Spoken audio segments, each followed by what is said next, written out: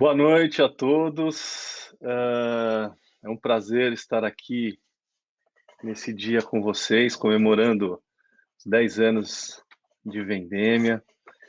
Hoje, dia 26 de maio de 2021, eu tenho a alegria de chamar para participar desse nosso painel aqui, o último painel do dia. Foi uma maratona aí no dia de hoje. Eu gostaria de convidar para integrar aqui esse painel dois amigos do coração que trabalham com temas importantíssimos e que deixamos para o final do dia esse tema tão importante para ser tratado com pessoas bastante especiais. Gostaria de chamar o Rodrigo Cunha. Olá, Rô. Boa noite. Boa noite. Que honra, obrigado pelo convite, parabéns pelos 10 anos da Vendêmia. Uma honra estar aqui, um privilégio. Não, o privilégio é nosso em ter você aqui com a gente.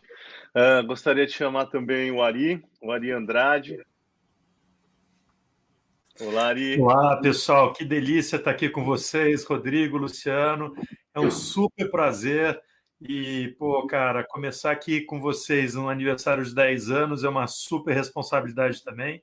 Só me sinto confortável porque eu acho que eu estou super entre amigos. Então, parabéns, Luciano, parabéns toda a equipe. Será um prazer aí estar trocando ideias com vocês. Legal, Ari, o prazer é nosso em recebê-lo aqui também com a gente. Hoje é uma data muito especial e muito feliz para todos nós. A gente, essa jornada de 10 anos foi muito expressiva para a gente, porque não é fácil caminhar, né, nesses mares e nesses terrenos brasileiros, tendo como, né, uma missão, né, gerar valor para todos, né, dentro da companhia, na sociedade, tendo verdade no que a gente faz.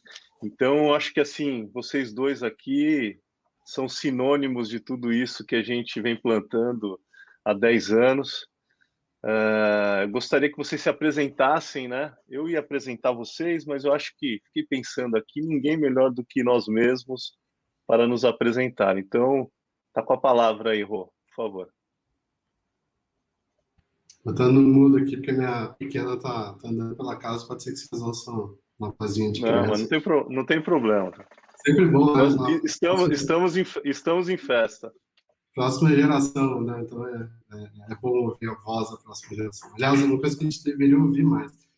Exatamente. Bom, Ari, prazer estar aqui contigo também, grande honra, né? Eu sou jornalista, comecei minha carreira em Porto Alegre, como vocês podem notar um pouco pelo sotaque, e aí comecei a ir atrás do mundo corporativo para entender como as empresas olhavam o seu impacto, né? Naquela época se chamava de responsabilidade social, foi um tema que me fascinou muito desde sempre. E aí, de tanto pesquisar e escrever sobre isso, um dia eu recebi um convite para conhecer o que o Banco Real estava fazendo em sustentabilidade.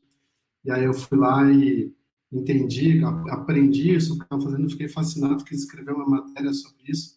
Escrevi a matéria, acabaram me convidando para trabalhar no banco, e aí começou uma jornada mais específica em sustentabilidade. Fiquei 8 anos lá, aprendi muito, e quando eu saí, eu resolvi sair para abrir a Profile, né, que tem a honra de ter a Vendêmia como nosso cliente. A gente vem trocando figurinhas há um tempo, né, sobre empresas humanizadas, como olhar para os negócios de maneira mais abrangente, né? Inclusive, o Ari está aqui para falar sobre isso também. E decidi que a Professor só ia trabalhar com pessoas, marcas, instituições com uma visão séria sobre os impactos sociais e ambientais, sobre sustentabilidade, sem greenwashing, sem social washing, sem purpose washing, sem ESG washing, que a gente está começando a ver agora aqui, né? Pessoas sérias, de verdade, comprometidas com aquilo, pensando em como que a gente pode apoiar nesse movimento.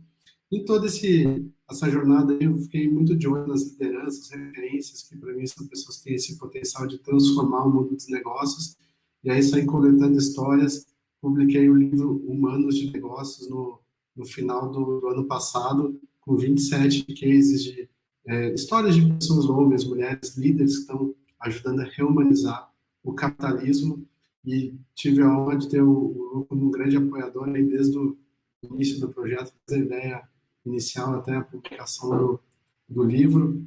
Inclusive, Vendêmia foi um dos apoiadores que comprou uma quantidade bacana de livros, eu fiquei muito feliz, eu sei que foi distribuído para alguns clientes também, então fico muito honrado com esse reconhecimento, né, de um apoio para poder colocar o holofote nessas pessoas que estão ajudando a transformar o capitalismo, como eu acabei de falar. Então, brevemente, já um pouco estendido, até essa um pouco da minha história. Legal.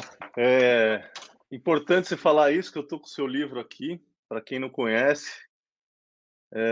Rodrigo foi o escritor desse livro, Humanos de Negócios, um projeto incrível, onde ele entrevistou inúmeras pessoas, e eu recomendo a leitura para todos aqueles que se entendem como, né, humanos de negócios, porque muitos highlights, muitos depoimentos incríveis.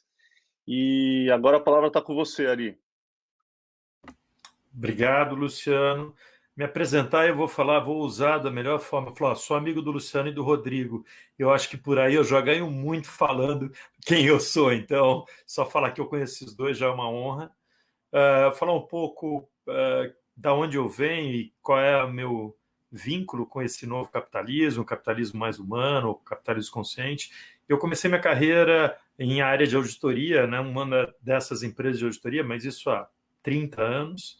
E vi que não era para mim, foi muito legal, conheci muita gente legal, e eu sempre acreditei que eu pudesse consertar o mundo. Eu achava que a forma de eu consertar o mundo era falando o que estava errado e consertando os outros. Até eu me dar conta que ninguém conserta ninguém, e a gente precisa ter consciência da gente, e cada um precisa desenvolver sua consciência. Em 98 eu me associei com o Vitor Pinedo, que faleceu ano passado, e ele trazia um conceito de uma nova consciência organizacional. Eu tive no Real logo que o Fábio assumiu, junto com o Ricardo Guimarães. No início do projeto Banco de Valor, eu trabalhei naquele início do projeto, e quando a gente começava a trazer uma nova consciência organizacional, todo mundo chamava a gente de maluco. O Fábio foi um dos primeiros a levantar essa bandeira de uma forma organizacional, porque tinha o Ethos nessa época, que já levantava a bandeira, tinha algumas entidades não governamentais levantando essa bandeira, mas tinham poucas organizações levantando isso. Então, eu tive a honra de trabalhar um pouco nesse projeto do Banco de Valor, com o Ricardo Young também, no IAS de Internexus, ele trazia. Então, tinham alguns empresários que tinham a coragem de trazer esse tema, que sabiam que era um pouco mais do que responsabilidade social. Todo mundo sabia que tinha que haver uma mudança, mas a gente ainda não tinha muito claro. E, para mim, confesso que foi um momento de transição muito grande, né? Uma cabeça que eu tinha de processos muda para uma cabeça de pessoas, me levou a 4 anos de terapia direto, porque o processo, na verdade, a gente é que faz com a gente mesmo.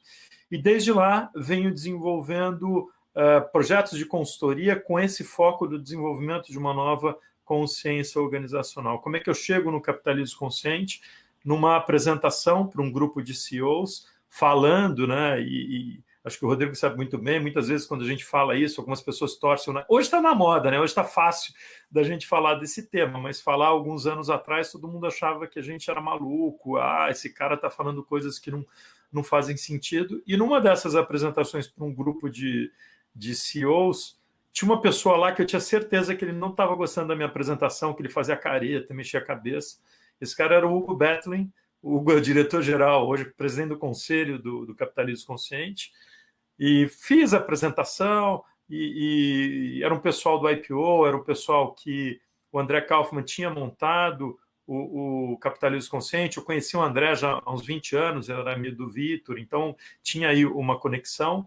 E a pessoa que me convidou para fazer essa palestra falou: olha, tem um cara que gostou da tua palestra, quer falar com você. Era o Hugo, era o cara que eu achava que não tinha gostado. Acho que o Rodrigo conhece o Hugo, não sei se o Luciano conhece. E nessa época o Rony estava assumindo o Capitalismo Consciente, quando ele foi presidente do conselho, o Hugo foi o diretor-geral que fez essa grande mudança no Capitalismo Consciente, e o capitalismo não tinha ainda para onde ir. Então, eu cedi hoje no meu escritório o movimento do capitalismo consciente. Hoje é fácil a gente falar que a gente está em home office e tal, mas era importante a gente ter uma sede do capitalismo consciente, inclusive para ter endereço de CNPJ. Isso já faz uns 4, 5 anos. Depois fui convidado a ser conselheiro e tal. Então, a minha aventura começa, acho que há uns 20 anos, e estou totalmente com o Rodrigo quando ele fala do greenwash, do SG washing, porque isso é uma maneira... Mas tem um lado positivo, tá, Rodrigo? Pelo menos a gente eleva para a curiosidade de muita gente isso, e eu acho que o lado negativo é que muita gente usa isso como, sei lá, se expor uma coisa que, na verdade, não é tão real assim. Mas é parte do processo, acho que a gente está evoluindo. Legal, Ari. A gente vai falar um pouquinho sobre isso mais no decorrer aí do nosso painel, e é um tema que também está muito em voga, né? O ESG, também concordo muito com isso. Muitas ações hoje elas não têm a pureza que deveriam ter. Então eu acho que a gente tem esse trabalho, né? Como militantes da causa, se é que eu posso dizer, né? Em defender e tentar, né, tocar essas pessoas. E uma coisa que você falou é muito importante, o Rodrigo também chegou a comentar, eu acho que a gente está aqui não mais para mudar o mundo, a gente está aqui para servir de exemplo para as pessoas, porque eu acho que o caminho da mudança, a mudança está dentro de nós, ela não está fora de nós, porque lá fora, na verdade, a gente está destruindo, a gente não está construindo. Então, o que a gente precisa mudar e revitalizar e regenerar são as pessoas, porque os negócios são feitos por pessoas, as empresas são feitas por pessoas, né? E então eu acho que o caminho é para dentro e não mais para fora. Concordo 1000% com vocês. Eu queria começar a levantar alguns temas aqui para a gente entrar nesse bate-papo, e bem informal, bem tranquilo, bem estilo nosso mesmo da Vendêmia. A gente também foi chamado de louco, Ari, quando em 2017 a gente montou nossa operação logística aqui em Santa Catarina, e num armazém de 24 mil metros quadrados a gente criou uma sala de meditação, né? E aí demos um treinamento de meditação e as pessoas falam, meu, mas você tá louco, cara, você vai dar aula de meditação para operador de empilhadeira, você vai dar aula de meditação. A gente falou, nós vamos. Hoje os níveis de estresse dentro da nossa companhia são baixíssimos. A gente expandiu para toda a corporação, muitas pessoas que entraram posteriormente ao curso pegaram, né, essa característica. Então, os loucos, às vezes, eles são chamados de loucos dependendo do momento e da época que eles agem, né? Então, o que eu queria fazer agora para a gente começar aqui? Rodrigo, eu queria que você falasse um pouquinho quais foram né, o que te estimulou e o que te motivou a escrever o livro Humanos de Negócios. Conta um pouquinho para a gente. Como sim, essa história é a seguinte. Primeiro que acho que algumas coisas assim, elas não nascem de um dia para o outro, né? Embora a história do livro tenha nascido de um insight. Estava tomando banho um dia, né? E daí no banho você tem aquele fluxo da água, assim, ajuda no fluxo das ideias. Eu fui entender isso, até escrevendo no livro. Por isso que a gente tem aquelas ideias no banho, assim, porque tá fluindo ali, você não precisa pensar em nada, nem se você para onde vai dar o próximo passo, você está ali naquele momento presente, né? Tem a ver com o que você estava falando, né?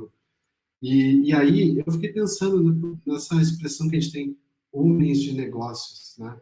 E o que carrega essa expressão? O que tem por trás, né? Tem por trás essa visão do que o cara decidido, aquele cara que conquistou tal posto, ou comprou uma casa maior, ou tem um carrão, ou tem bens materiais, e exibe isso no Instagram, na internet. E eu fiquei pensando, em algumas pessoas que eu conhecia que tinham uma visão muito clara da construção que estavam fazendo, mas que não estavam necessariamente preocupados com essas questões de imagem. Eu vi isso muito acontecer. Trabalhei em corporações, como eu falei para vocês, da Editora Abril, no Banco Real. Isso tem, em qualquer lugar tem essa questão da vaidade muito presente, né? E conectada a cargos hierárquicos. Eu fiquei pensando nisso, pensando, cara, eu conheço algumas pessoas que, de vários aspectos, assim, o cara que está na lista da Forbes de milionários até o cara que construiu uma empresa, um empreendimento social, um negócio social, um empreendedor social, e são pessoas que estão trazendo um impacto muito bacana para o mundo. E essas pessoas não estão necessariamente preocupadas com a imagem delas, o que elas vão parecer. E o que me deu uma curiosidade, assim, na hora eu pensei, esses caras são humanos de negócios, são humanas de negócios. Me deu uma curiosidade de ir atrás e entrevistar essa turma para entender por quê. E aí eu vou dar um passo atrás de onde surgiu o embrião dessa história, que foi quando eu escrevi um livro para o Instituto Empreender Endeavor, em 2004. Esse livro, eu entrevistei 25 empreendedores apoiados pela Endeavor, é uma ONG super focada em empreendedorismo, né? E 25 executivos que apoiavam esses empreendedores, mentores desses empreendedores. E uma mulher, já é uma questão, né? Tinham 51 entrevistados, rapaz, eram 50 homens e uma mulher. Hoje, ninguém teria coragem de fazer um negócio desse, mas naquela época, 2004, era comum. Eu, jornalista de profissão, super curioso, no final de cada entrevista, onde as pessoas tinham contado as histórias de vida delas, né, as aventuras empreendedoras, histórias fascinantes, eu perguntava: do que você mais se orgulha e do que você mais se arrepende nessa jornada? E todos se orgulhavam da empresa que tinham construído, da carreira que tinham construído, das relações. E mais da maioria, a maioria, mais da metade, falou que se arrependia muito de não ter visto a família, os filhos crescerem, né, enquanto estava preocupado lá em construir a maior empresa do mundo. E aí eu fiquei com aquele negócio na cabeça, escrevendo o livro ali, e meu moleque de 10 anos, que hoje tem 17, estava engatinhando na sala. E eu ficava olhando assim, rapaz, eu não quero chegar onde esses caras estão na capa da revista, né, na lista dos executivos mais admirados, etc., e olhar para trás e ver que eu perdi tudo isso, porque isso não se recupera, né? Isso não se recupera. Então, uma relação, crescimento, acompanhar o desenvolvimento de uma vida, e fiquei com esse negócio na minha cabeça, eu não vou por esse caminho. Se é para ter sucesso, como a gente reconhece aqui que o sucesso é isso, então eu estou fora, vou construir um outro caminho que seja mais coerente com o que eu acredito. E aos poucos fui conhecendo esse mundo da sustentabilidade, da ética aplicada no negócio, e vi que existia um mundo maior sobre isso. Então, a ideia do livro foi colocar luz nessas histórias de vida, reconhecer essas pessoas, para a gente poder ter novas referências. Não é possível que as nossas referências sejam sempre as mesmas, que são homens brancos que construíram uma empresa enorme, fez o IPO, virou bilionário, e por isso é uma pessoa bem sucedida. Mas aí a gente não sabe o que passa na vida dessa pessoa, né? Remédio de tarja preta que ele toma, estresse que ele vive, doença que passa, histórias de câncer, né? De doenças fatais, assim, porque é caro o preço, né, que você paga para chegar lá. Então, uma reflexão, né, de como é que a gente pode construir um caminho diferente e quais são as referências que a gente precisa para isso. Então, o livro é uma oferta de nomes para a gente conhecer e mudar essa nossa referência de inspiração. Legal, isso é interessante, né? Porque é até um termo que você usa bastante e eu gosto de usar. Eu faço um plágio de você. A gente só conhece super-heróis, né? No mundo corporativo, né? O Batman, o Homem-Aranha. Às vezes, em algumas reuniões que a gente participa, eu fico olhando assim, eu falo, cara, eu precisava ter trazido alguma roupa de super-herói, porque eu tô aqui deslocado nesse, né? Porque todos entregam, todos sabem, todos conhecem o histórico deles, né? O currículo cheio de títulos e de... Eu falo, gente, podemos dar as mãos aqui? Será que ninguém precisa de nenhuma ajuda? Então, isso é é bem interessante. Eu queria puxar com a Ari agora um tema que é totalmente correlacionado e que também me traz reflexões gigantescas, né? Fala um pouquinho, Ari, para a gente, o Instituto Capitalismo Consciente, a missão dele, o propósito dele, o porquê que ele foi construído, porque eu acho que é interessante você descrever essa batalha, né? Porque, assim, isso é uma opinião, Luciano, né? Até para jogar aqui como um tempero para o nosso bate-papo. O capitalismo ele já foi provado agora nesse momento de pandemia aqui que ele não é o melhor modelo, longe de ser o melhor modelo. Mesmo ainda mesmo a gente ainda está muito alinhado não, muito intrínseco, né? Algumas atividades, alguns conceitos, algumas metodologias ainda está muito, né, caminhando em paralelo ao capitalismo. E aí eu tenho brincado muito que também, assim, tenho falado para algumas pessoas, né, assim, as pessoas elas querem fazer parte, né, da solução, porque se não fizerem parte da solução, elas estão fazendo parte do problema. Não existe, não, eu não quero me envolver, eu não gosto de me envolver com a política, eu não gosto de me envolver com conselhos de administração, eu não gosto de me envolver em núcleos comunitários. Mas se você não se envolve na solução, você está se envolvendo no problema. Não tem o meio termo. Então, conta um pouquinho essa jornada aí do capitalismo consciente, que eu admiro demais, e é meio uma luta entre o lado negro, né? O meio Darth Vader, meio Retorno de Jedi, né, cara? Porque não é fácil, né, Ari? São forças e são energias que estão muito intrínsecas, né, na humanidade há milênios, né? A gente só deixou de cortar cabeças e enforcar pessoas nas ruas, mas a essência da humanidade ela tem um viés ainda muito característico e muito, até posso dizer, primitivo. Então eu queria que você nos ajudasse, cara, a falar bastante sobre esse movimento, o Instituto, as ações que vocês estão fazendo. Compartilha com a gente, Ari. Legal, Luciano, obrigado. Eu não sei se eu vou conseguir responder tudo, porque essa é uma pergunta que vale $1 milhão, eu não sei quanto vale essa resposta. Mas a gente está aqui junto tentando achar essas respostas. Na verdade, a gente até sabe as respostas, né?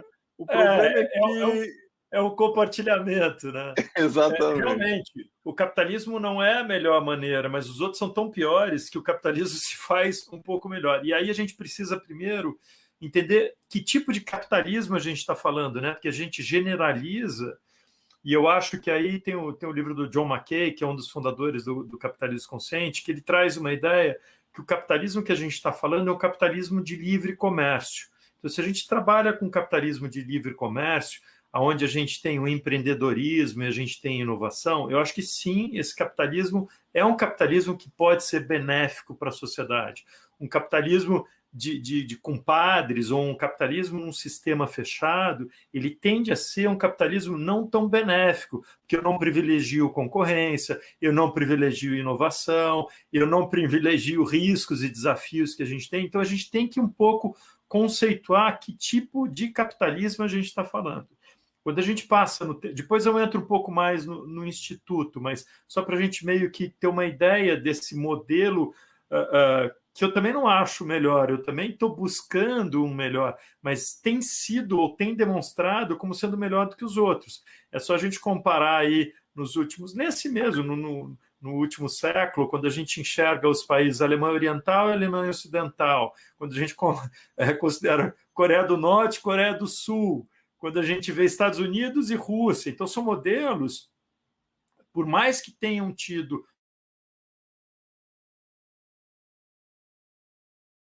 capitalista, para mim, tende, ou a gente tem percebido que ele é melhor do que um outro modelo. Se a gente vai para a história um pouco dos últimos 200 anos, a gente tinha cerca de 1 bilhão de habitantes em 1800, 1,5 bilhão mais ou menos em 1900, não, 1 bilhão mais ou menos em 1900, 1,5 bilhão, 2 bilhões e meio em 1950, e a gente vai para 6 bilhões nos anos 2000 e hoje a gente está quase a 8 bilhões de habitantes. O que isso eu estou trazendo paralelo com o capitalismo? A gente tem hoje uma evolução, diminuição do nível de miséria do mundo, apesar de ainda ter muita diferença. A gente tem um avanço tecnológico no mundo, acho que na pandemia a gente está percebendo isso. Por exemplo, em um ano a gente tem vacinação com todas as deficiências que tem. A gente pode falar também de um capitalismo selvagem que levou à destruição da natureza, que levou a uma série de problemas que a gente está, pelo menos eu e você, careca de saber que isso realmente afeta muito a sociedade quando a gente não enxerga o que esse capitalismo trouxe de desagregação. Ele traz muita evolução, mas ele traz também muito problema para a gente.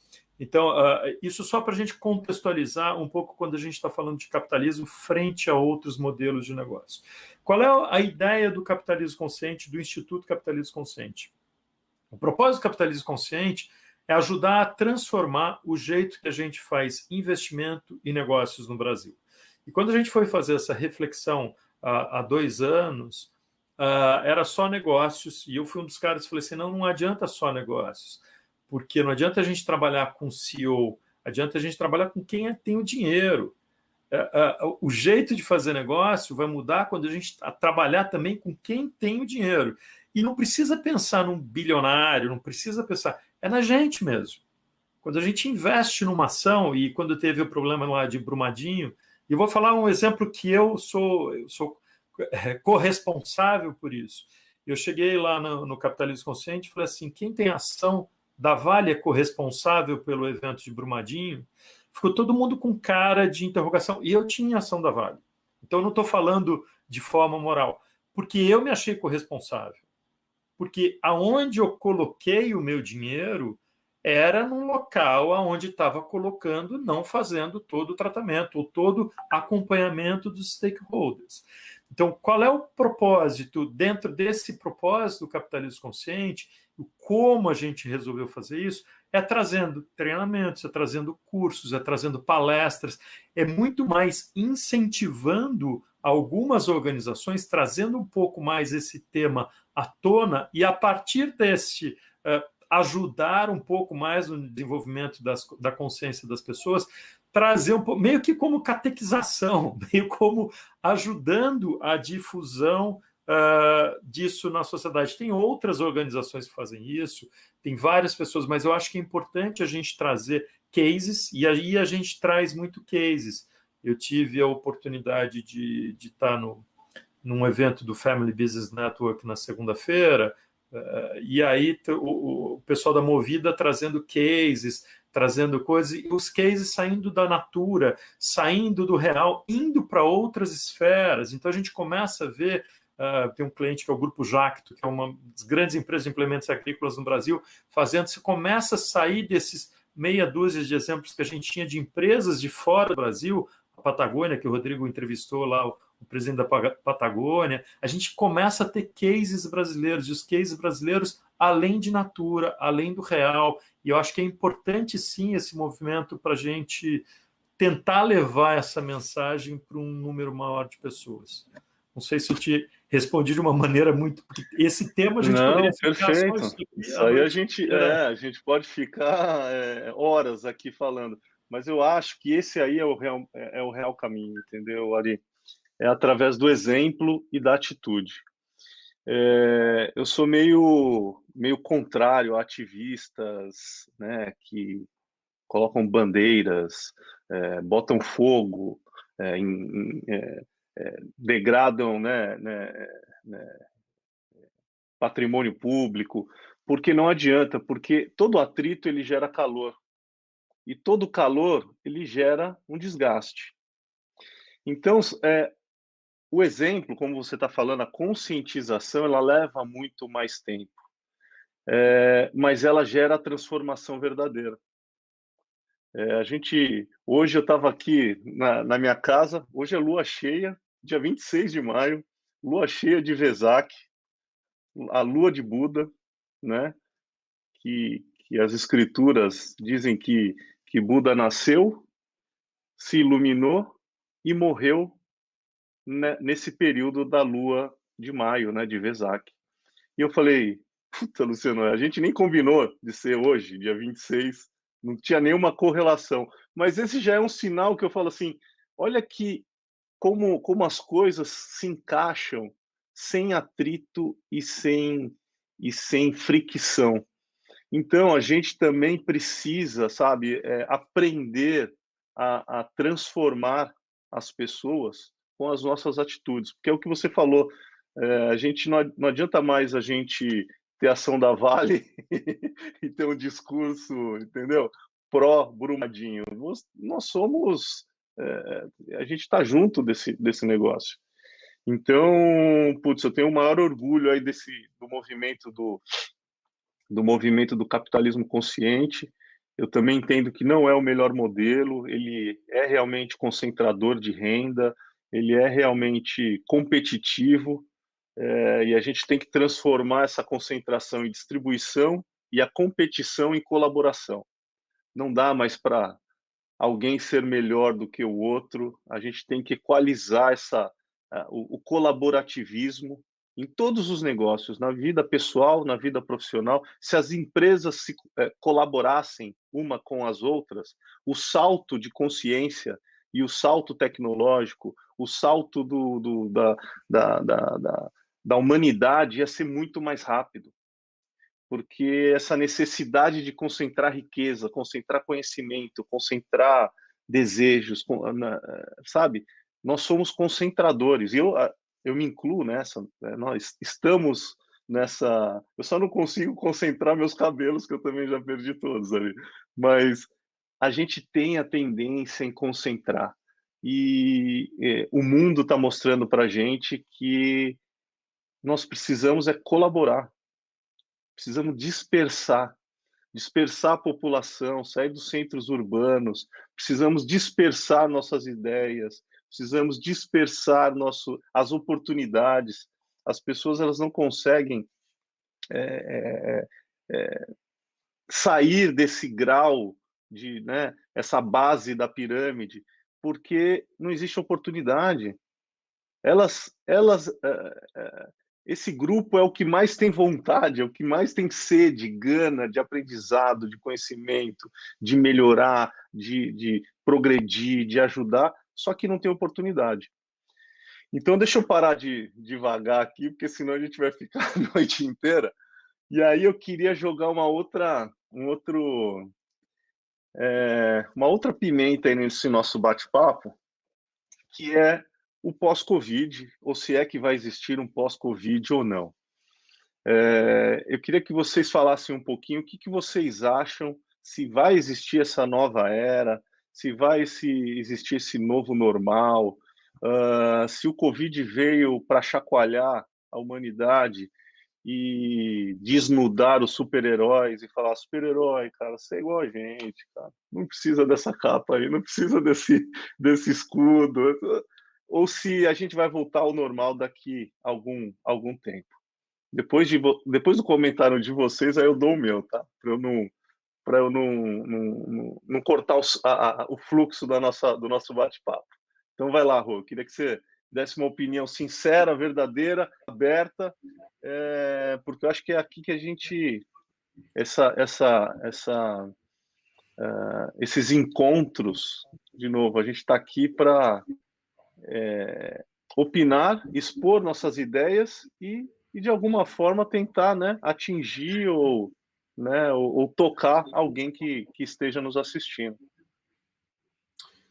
Olha, eu acho que essa mudança já está aqui, já chegou, já existe um novo jeito de se colocar no mundo, assim, algumas coisas que já aconteceram, né? Primeiro, a digitalização, ela ficou muito forçada. Eu ouvi outro cara falando, o Douglas Rushkoff, que é um dos caras que estava na base do Occupy Wall Street, né? Foi um dos primeiros movimentos aí, até podemos falar, não anticapitalismo, mas questionando um pouco o capitalismo, fazendo um link aí com o que o Ali estava falando. Eu concordo com a história do capitalismo. O capitalismo é muito bom, ele trouxe muita evolução para a humanidade, só que foi para um lugar que o Covid trouxe ficou muito evidente isso, as falhas do sistema capitalista, né? Que a gente tem a oportunidade de corrigir agora. Uma delas é essa questão do aumento da desigualdade, né? A desigualdade social muito clara, ficou muito evidente isso, né? Com a quantidade de pessoas que desceram para o nível de pobreza, elas tinham saído, estou falando da particularidade do Brasil, mas isso é verdade para outros lugares do mundo. Ela evidenciou muito a questão dos recursos naturais, né, de como que a gente olha, como é importante isso, todo mundo ficou preso dentro de casa, começou a valorizar uma caminhada na rua, olhar para uma árvore, né, ver o quanto que isso é importante para as crianças, né, o espaço, a convivência. Então, esses lugares físicos, né, ficaram ainda mais importantes, em contraponto com a questão da digitalização. Voltando para o Douglas, eu estava numa conversa com ele falou assim, essa questão da digitalização parece o que aconteceu comigo quando meu pai me viu fumando cigarro. Quando eu tinha adolescente, eu falava, você quer fumar cigarro? Então tá, vai fumar toda essa carteira. Ele fez ele fumar uma carteira de 20 Marlboro, um atrás do outro. Aí o cara, no final, tava tossindo, não quero mais saber de cigarro nunca mais. E ele falou, está acontecendo com a gente digitalização. Você queria se digitalizar? Então vai. Quem aguenta Zoom? Não aguento mais Zoom. Eu só aguento Zoom quando eu tenho um papo bom com vocês, assim, mas é uma depois da outra. No final do dia, você chega exausto, né? E uma outra coisa que eu vi interessante do Zoom, que o Zoom, o Google Meet, etc., várias ferramentas, eles trazem essa questão do ego muito presente. Por quê? A gente fica se olhando na tela ali, tomando o cabelo, né? Quem tem, desculpa a piada aí, mas fazendo né, essa coisa de você ver a vaidade ali, as mulheres fazendo isso também, e aí você vê, gente, eu descobri que dá para esconder a autovisualização no Zoom um tempo atrás, e eu faço isso quando começa a reunião, eu não quero ficar me vendo, porque o cérebro, ele além de olhar para as outras pessoas que estão ali na tua frente em 2D, ele fica te olhando, então você fica se medindo toda hora, ao mesmo tempo que você olha o outro, você não presta atenção, e chega no final do dia, tá todo mundo exausto, né? Exausto, tá zonzo, de tanta informação digital. A gente não foi feito para isso, não deu tempo de evoluir tanto. Então, eu acho que a gente vai olhar para essas ferramentas de maneira mais comedida. Do outro lado, a gente viu que tem um potencial enorme de transformação, né? Essas empresas de e-commerce, né? De como avançou o transporte de coisas de um lado para o outro, né? De a gente ter acesso, né? De democratizar de alguma maneira também o acesso a essas plataformas que possibilitam que as pessoas vendam coisas, democratiza o comércio quando ajuda a distribuir, tira dos concentradores ali, que são grandes redes de varejo. Então, isso é um ponto muito positivo, o que só reforça essa questão toda que o Luciano estava trazendo aí da colaboração. Eu acho que a quantidade dos problemas, a gravidade, a complexidade dos problemas que a gente tem hoje, eles não vão poder ser solucionados por uma pessoa, uma organização, uma empresa, um governo. Precisa de uma visão muito múltipla. Né? E outro efeito interessante durante a pandemia foi essa valorização da diversidade, da inclusão. Então, acho que a gente, a um custo muito caro, né, tem que ficar claro isso, a gente avançou rapidamente, evoluiu rapidamente em algumas frentes, e vai sair desse outro lado do buraco, tipo um wormhole, né, esse conceito de astrofísica, assim, que liga o universo quanto um buraco de minhoca que você entra num lado e sai do outro, uma coisa totalmente diferente. Eu acho que a gente está, nesse momento, passando por esse túnel, vai sair no outro lugar, com a sociedade reorganizada de outra maneira, inclusive a redistribuição geopolítica mundial, né, tem nesse momento, uma medição de poderes também, em torno da vacina e tudo, mas reforçando o quanto é importante colaborar, né, nosso governo aqui, pessoal maluco xingando os nossos parceiros comerciais, inclusive pessoas que podem nos dar insumos para vacina, né, uma absoluta falta de nonsense, e fica muito claro como isso é um absurdo nesse momento. Então, assim, colaboração, digitalização, consciência sobre problemas sociais e ambientais e uma nova visão de organização em nível planetário, porque a gente tem a capacidade de olhar para várias coisas ao mesmo tempo em função da conexão mundial que acontece agora, como brinca o pessoal, com o advento da internet. Imagina se não tivesse internet, né, nessa pandemia, com tantos bilhões de pessoas nesse planeta. Verdade. Ari, e você, o que você acha, cara, de tudo isso? Vamos por um novo caminho ou a gente teve um aperfeiçoamento de fatores que estavam muito latentes e daqui a pouco vamos voltar para um normal? O que você... Primeiro, eu acho que a gente nunca teve normal. Então, não dá para ter um novo normal, porque eu acho que a gente nunca teve um normal. É complicado a gente falar isso.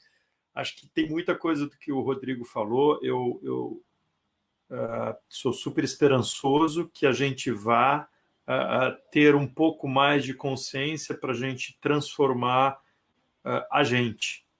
É interessante, né? Porque a gente está falando no ASG ou ESG, tanto faz. Quando a gente fala do ambiental, a gente fala a gente tem que salvar o planeta como se o planeta fosse uma coisa fora da gente. E a gente não fizesse parte da Terra, como se a gente fosse um extraterrestre. A gente ainda não entendeu que esse mundo é a gente. E não é uma questão filosófica, é só você pensar nesse globo, a gente está dentro.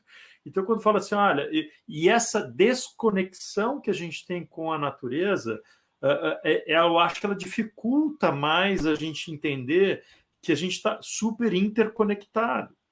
Então, quando havia um tempo atrás o exemplo do efeito borboleta, né? A borboleta que bateu a asa na China vira o furacão aqui no Brasil, é o efeito do morcego que bateu a asa na China e o efeito está aqui.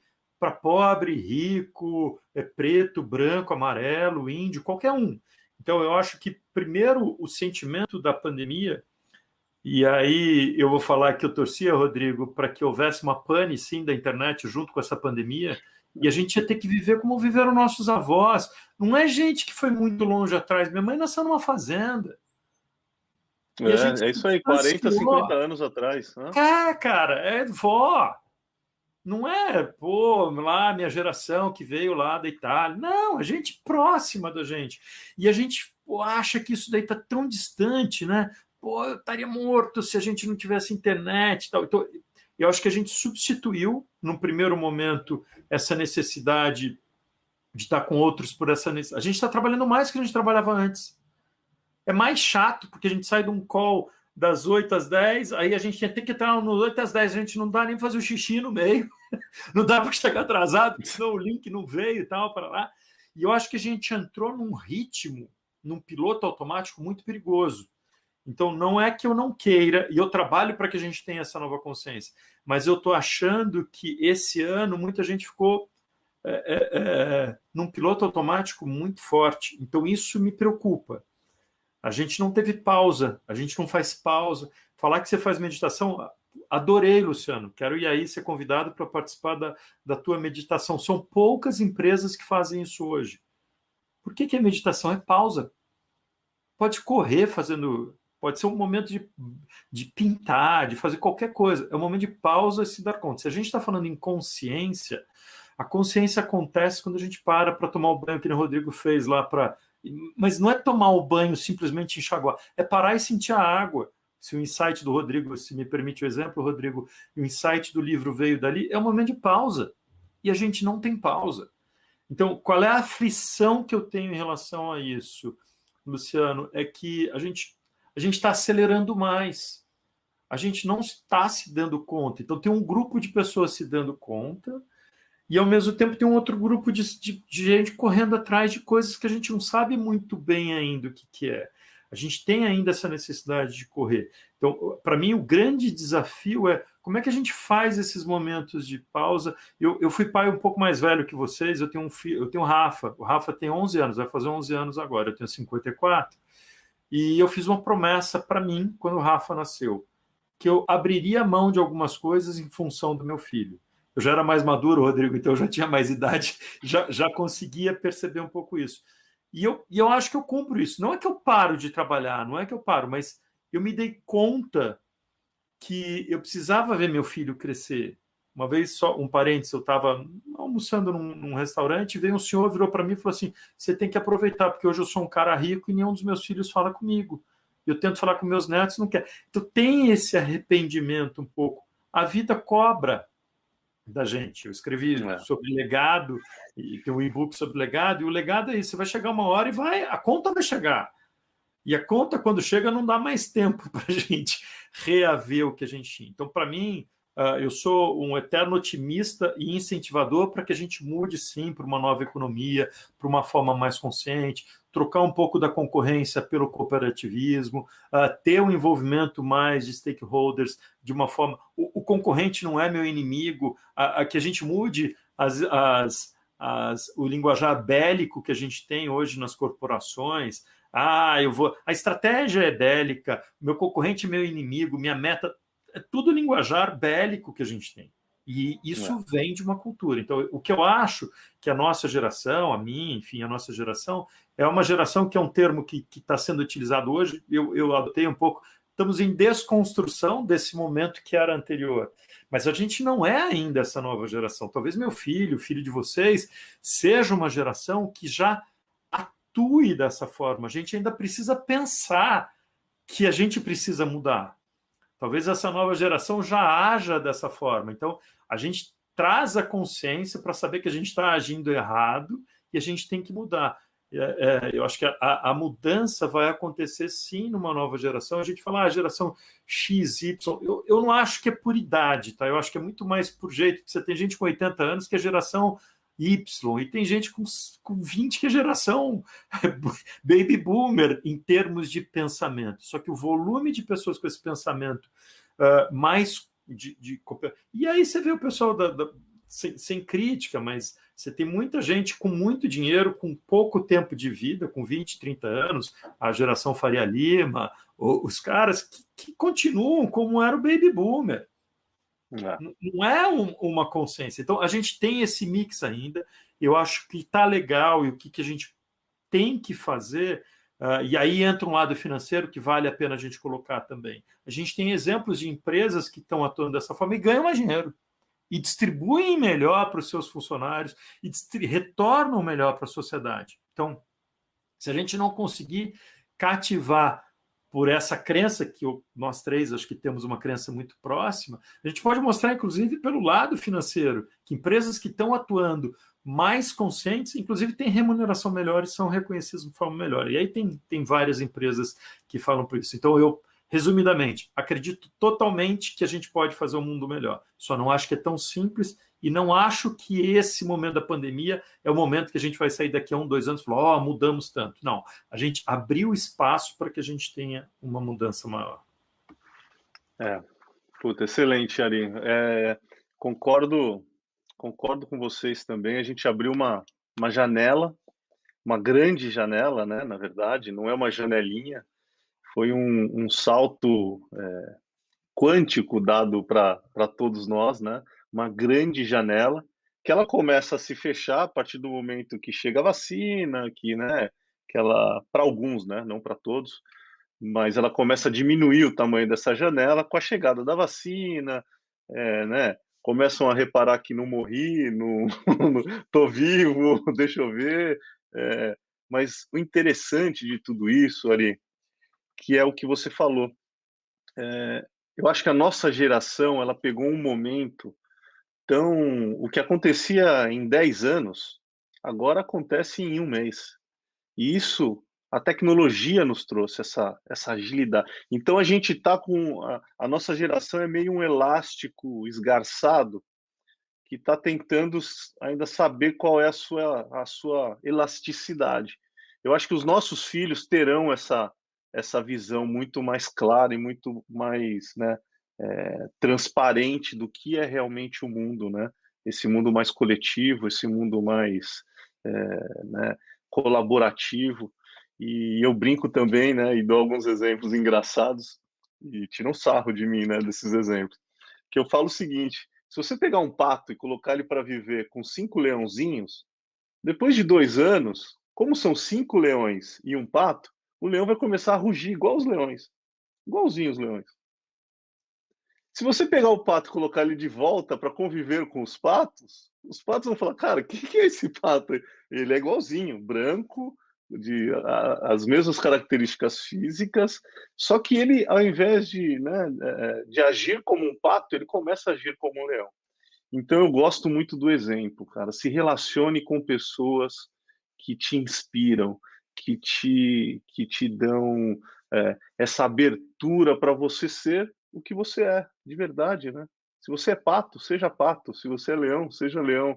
Ou seja, vamos deixar as máscaras, né, e essas fantasias que a gente vê, não só na Faria Lima, mas nas grandes, né, nas grandes concentrações, né, de empresas e riquezas, porque, como você falou, existe até um linguajar meio bélico, né? Concorrente, preciso matar.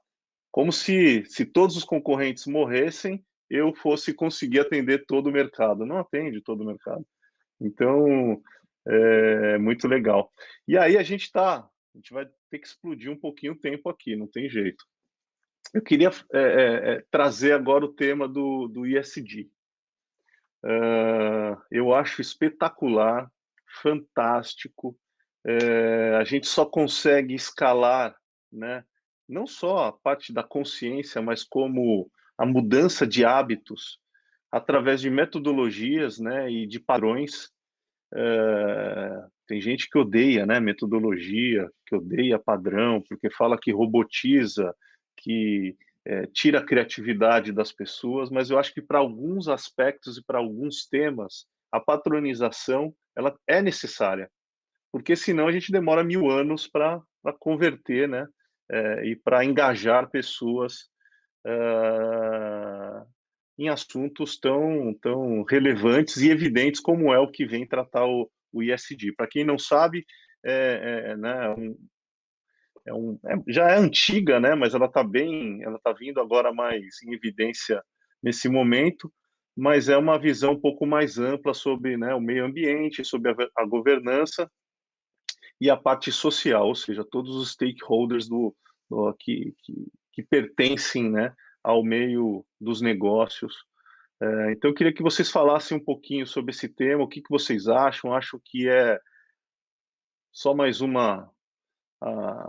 um modelo criado, se vocês acham que veio realmente para converter muitas empresas, ou se vocês acham que aqueles que já tinham esses hábitos não vão ligar muito para o ESG, mas aqueles que estavam com hábitos muito ruins vão falar, putz, deixa eu colar nesse ESG aqui para eu ficar um pouquinho mais bonitinho na foto, ficar um pouquinho mais bonitinho para o mercado, e aí falar um pouquinho sobre o greenwash e coisas que eu acho que vai acontecer, mas, de novo, na minha opinião, entendo que é um excelente movimento, e eu queria que vocês falassem um pouquinho disso daí. Eu acho que vocês estão muito mais envolvidos do que nós. Vou começar a falar mais curto dessa vez, aí a gente consegue manter no tempo, tá? Eu acho que o ESG, ele é uma ferramenta importantíssima, de certa maneira, uma evolução da sustentabilidade. Esse termo existe desde 2004, né? Ganhou fama nos últimos anos aí, em função do mercado financeiro, que é excelente a percepção, né, de como que o movimento avança. Sustentabilidade até então estava dentro do departamento de marketing das empresas, eventualmente ligada à presidência de uma empresa, mas agora é um tema do CFO, né? Porque o cara pode emitir um título sustentável, captar 500 milhões, 400 milhões, 1 bilhão de dólares, porque o mercado começa a pagar por isso, né? Porque acredita que esse dinheiro possa ser usado para fazer uma transformação nas práticas socioambientais das empresas. E também uma visão de investimento, né? Fundos que rastreiam o impacto das empresas têm uma análise desse risco e precificam melhor as empresas que têm uma performance socioambiental melhor. Por quê? Porque o risco dessa empresa vai ser menor, né? Porque se a empresa não tiver aderente ou compliant às práticas, melhores práticas do mercado, o mercado vai precificar de maneira menor. Então, essa discussão entrou no mercado financeiro e por isso que a gente viu avançar tão rapidamente. Eu acho fantástico, acho ótimo. É uma onda que está vindo muito forte, né? Todo mundo quer surfar. Alguns já estão há mais tempo, já sabem onde vai quebrar a onda, já consegue se posicionar do jeito melhor para pegar essa onda. Alguns vão tomar uma vaca ali, vão cair, vão tomar um caldo, vai tomar água, né? Vai demorar para se recuperar. Mas, de maneira geral, é uma onda que vem e vai ficar, e vem outras atrás. Então, é melhor aprender a surfar logo para poder avançar mais rapidamente, né? Como o Fábio Barbosa gosta muito de dizer, a história dele é muito boa, são os 3 Cs da sustentabilidade, 3 Cs do ESG agora. Ou você é convicto de que isso é importante, ou você atua por conveniência, né? Porque viu que todo o mercado está nessa direção, ou por último, por constrangimento. Porque imagina você o coquetel do lead lá, do João Dória, né? Todo mundo lá, os presidentes das empresas, VPs, etc. Daí vem uma rodinha que o cara tá falando de ESG. Se eu sou um cara de uma empresa que eu não tenho nada em ESG, cara, eu ligo amanhã e falo, não, contrata alguém de ESG aí, porque a gente precisa ter esse negócio na nossa empresa, porque senão eu não vou poder falar que eu tenho no coquetel do lead, entendeu? Ou então eu não vou poder, eu vejo todos os meus pares participando do Instituto Capitalismo Consciente, dando palestra lá, e eu não, eu também quero estar nesse clubinho aí, porque é o clubinho dos legais, é cool fazer parte, então eu também quero. Então, assim, está avançando, o mundo mudou, gente, a gente sabe disso. Agora a escolha é, você quer fazer parte dessa mudança ou quer ficar olhando de fora? Porque, independente da sua motivação ou não, já passou, já mudou. Se você não se adaptar, você vai ficar de fora. Então, é uma escolha empresarial e escolha pessoal também, né? Onde que eu quero investir minha energia, meu tempo, minhas escolhas? O que eu quero suportar com cada decisão do meu dia a dia? E você, Ari, o que você acha dessa onda ESG aí? Eu concordo totalmente com o Rodrigo, também vou tentar ser breve e trazer um pouquinho numa linha de tempo. A primeira vez que a gente falou a palavra sustentabilidade foi em 1972, no encontro da ONU em Estocolmo, junto com um relatório que tinha do Clube de Roma, e onde foi feito um projeto do MIT falando que o mundo era finito, que até então a gente não tinha um estudo técnico que o mundo ia acabar, ou seja, o recurso natural era finito, não era infinito.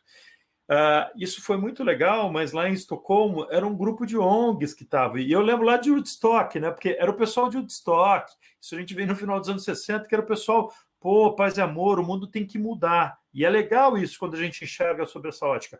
Só que esse estudo de 72, ele veio ganhar força em 92 na Rio Eco 92, aonde não tinha só pessoal de universidade, sociólogo, ONGs, onde tinham chefes de Estado. Então, para mim, a importância, a ONU trouxe chefe de Estado e quando voltaram para os seus países, quando saíram do Rio, levaram para casa uma lição. Então, foi o primeiro layer da gente pegar o político envolvido com isso. Foi legal mesmo. ONU, foi o 2025, né? As ODS. A ODS vem ODS. em 2015 para 2030. Primeiro veio a meta do milênio e tal, depois vieram agora as ODS. E a ODS, e aí foi a segunda sacada para mim da ONU, foi envolver as empresas. Então, o que a ONU fez? Chamou as empresas para um convite, que é o Pacto Global, enfim, qualquer um pode se alinhar, para as empresas entrarem nesse circuito. Em 2004 começa o ESG, mas em 2014 tem o Kofi Annan chamando quem?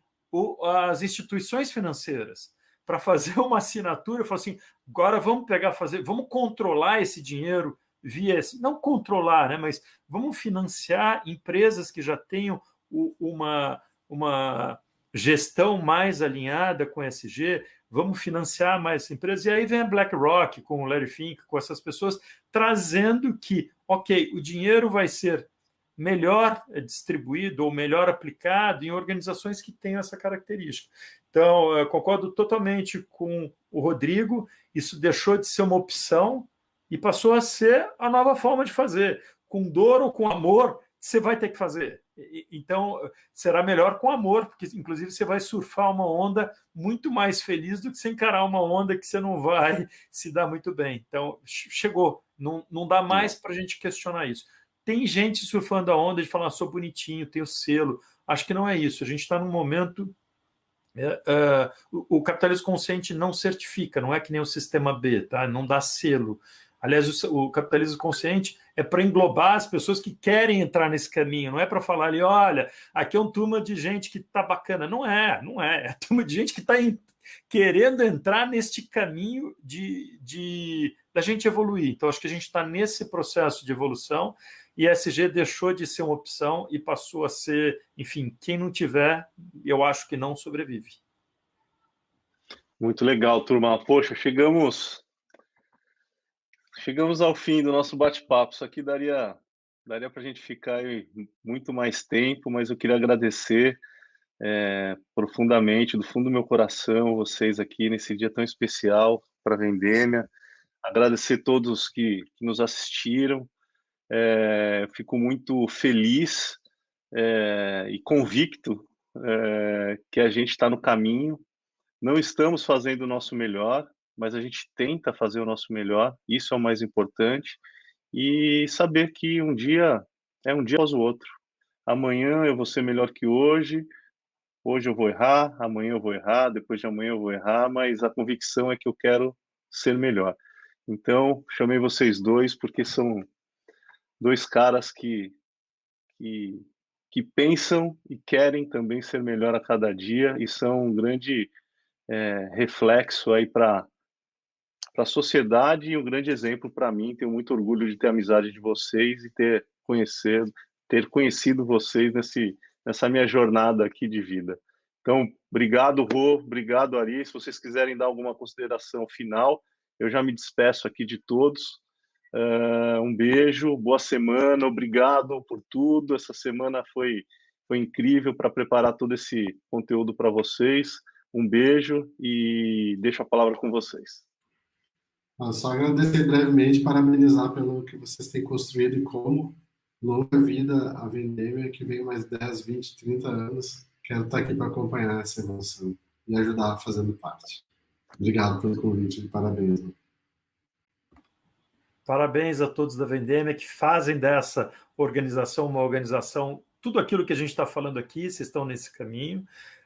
Eu vou falar uma coisa, eu saio daqui muito melhor do que eu entrei, porque ter esse momento aí com o Rodrigo e com o Luciano é uma delícia, muito bom. Muito obrigado, Luciano. Luciano, um prazerzaço estar com você. Rodrigo, um abraço carinhoso também. Muito obrigado. Um beijo aí para o pessoal que está assistindo a gente. Valeu, gente. Obrigado. Pessoal. Um beijo a todos, viu? Um abraço, obrigado.